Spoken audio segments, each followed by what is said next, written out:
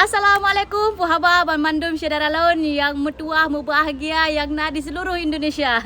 Jadi uronyo na sabah berita dilansir dari akun Fakta Rohingya. Nah, di sini ditunjukkan bahwasanya ini adalah pelaku TPPO. Kita simak beritanya.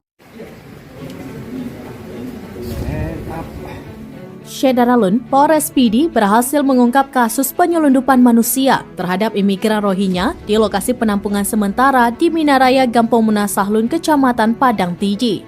Pelaku berinisial RAH berusia 24 tahun yang merupakan warga etnis Rohingya, kewarganegaraan Myanmar yang ditangkap polisi di penampungan sementara di Yayasan Minaraya pada 6 Januari 2023. Pelaku memiliki kartu UNHCR nomor 354-17CO4664 dengan alamat Johor Bahru, Kota Tinggi, Malaysia. Saat dihadirkan dalam konferensi pers, RAH menggunakan penutup wajah dan tangan tidak diborgol.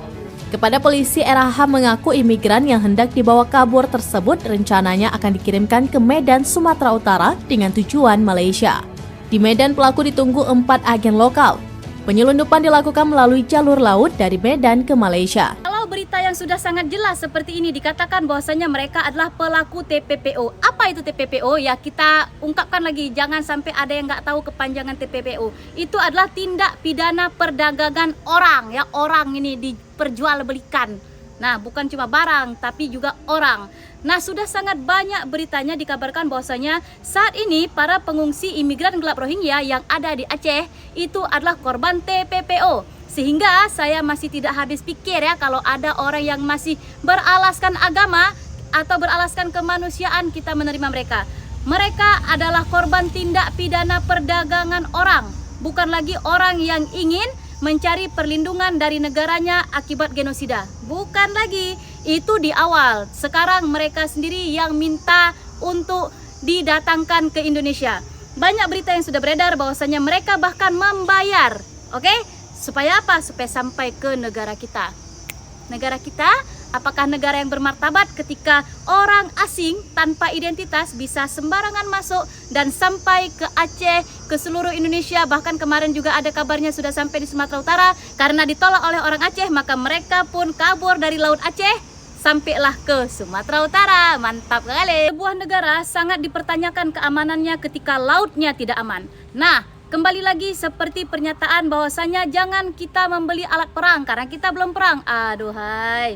Kayak mana? Apakah nanti kalau tiba-tiba datang peperangan yang timbul di negara kita yang muncul secara mendadak karena mereka sudah banyak memantau betapa lengahnya keamanan negara kita, terus kita tidak punya senjata dan tidak punya alat-alat perang, terus kita mau bagaimana? Apakah kita masih pakai bambu runcing? Ya. Yeah.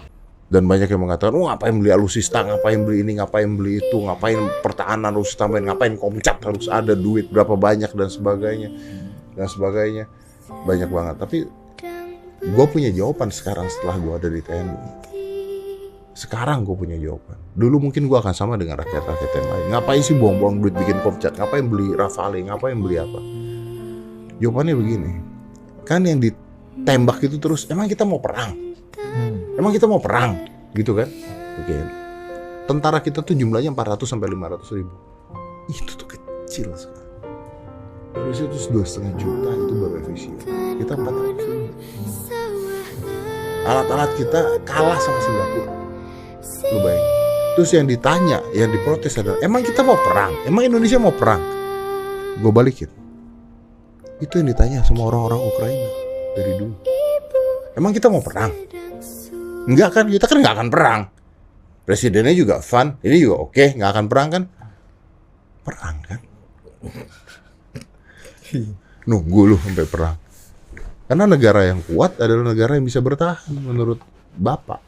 Saya kembali mempertanyakan kepada orang-orang yang masih bersikeras membela orang-orang Rohingya. Sekarang saya mau tanya, kalian mau memelihara penjahat? Kita sudah tahu sendiri mereka adalah korban TPPO, terus kalian masih mau pelihara dengan alasan kemanusiaan dan agama. Seharusnya kita sudah bisa mulai berpikir ya untuk keamanan daerah kita. Bisa saja mereka nanti melakukan tindak kriminal yang mana korbannya bisa jadi keluarga kita, orang terdekat kita, anak kita, bahkan diri kita sendiri. Nah, ini ada satu video lagi yang membandingkan 3 kehidupan para pengungsi Rohingya di Cox's Bazar, di Bhasanchar, dan juga di Aceh. Kehidupan mereka di Indonesia, terutama di Aceh, sangat agamis ya. Sehari-hari diisi oleh kegiatan agama, sholat yang rajin, juga diselingi oleh kegiatan olahraga, capek ibadah, capek olahraga, makanan sudah tersedia. Ya persis seperti orang yang lagi santri ya, lagi menyantri di Indonesia ya. Nah, kalau saya perhatikan memang begitu. Pengungsi migran gelap Rohingya yang saat ini ada di Aceh, sebenarnya mereka bukan lagi sedang melarikan diri, tapi mereka sedang masuk pesantren. Apa pesantrennya? Pesantrennya adalah Aceh. Nah, kalian lihat kehidupan anak-anak pesantrennya, ibadah, makan, tidur, mantap kali. Tapi bedanya apa? Anak-anak di pesantren tidak berkembang biak, tidak beranak, tidak hamil. Beda dengan mereka di satu hal yang ini. Dan ketika isu Rohingya ini masih belum juga selesai dan masih diterbengkalaikan ya, tidak ada jalan keluar, tidak ada solusi sampai saat ini selain daripada memindah-mindahkan mereka. Tiba-tiba datang berita dari Menko Polhukam kita yang katanya beliau mau mengundurkan diri, walaupun belum sampai saat ini. Yang saya dapatkan kabar adalah kalau pengunduran dirinya masih belum dilakukan, tapi sudah ada niat dengan alasan tidak ingin menggunakan aset negara dan segala macam. Lalu hal ini pun menjadi sebuah pertanyaan besar, karena ketika saya sering membuat video tentang penolakan Rohingya dan saya minta tolong kepada Pak Prabowo yang saat ini masih menjabat sebagai Menhan dan juga calon presiden, banyak yang komen bahwasanya, Kak, jangan minta sama Pak Prabowo, mintalah kepada Menko Polhukam. Dan sekarang Menko Polhukam kita ternyata mau mengundurkan diri, lalu kasus ini akan bagaimana? Dan seperti di video saya sebelumnya, itu saya meminta pertolongan dari Kiki Saputri ya, karena saya melihat Kiki Saputri adalah salah satu selebritis yang paling dekat dengan pemerintah. Kiki, saya sebagai masyarakat Aceh ingin meminta tolong bahwasanya saat ini kami masih menampung imigran gelap Rohingya yang ada di Balai Meseraya Banda Aceh. Dan sampai saat ini belum ada titik terang mereka mau diapakan. Dan Kiki harus tahu kalau suara kami ini sangat tidak didengar ya, mungkin saja tidak sampai karena kami ini bukan siapa-siapa. Kami hanya menggunakan sosial media yang nggak begitu banyak juga followersnya, nggak tahu sampai kepada pemerintah kita atau enggak. Saya berharap melalui suara Kiki mungkin akan menjadi kesempatan besar untuk kami bisa kembali diangkat isu Rohingya ini untuk dibahas dan diselesaikan. Dan saya berharap sekali mereka semua bisa dipulangkan kembali ke Bangladesh. Jangan lagi ada di Indonesia, Ki. Sangat sayang ya, masyarakat kita susah. Masyarakat kita banyak yang masih berharap bantuan dari pemerintah kita.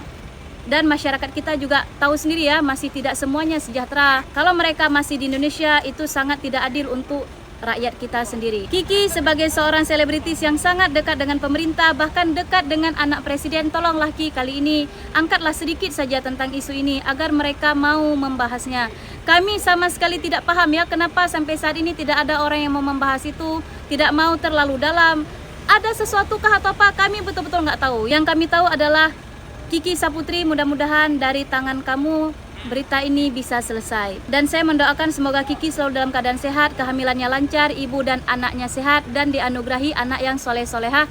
Amin ya rabbal alamin. Terima kasih banyak. Saya berharap kawan-kawan semuanya mau mengetek Kiki Saputri agar pesan ini sampai kepada beliau. Wassalamualaikum warahmatullahi wabarakatuh. Salam Anak Nanggro.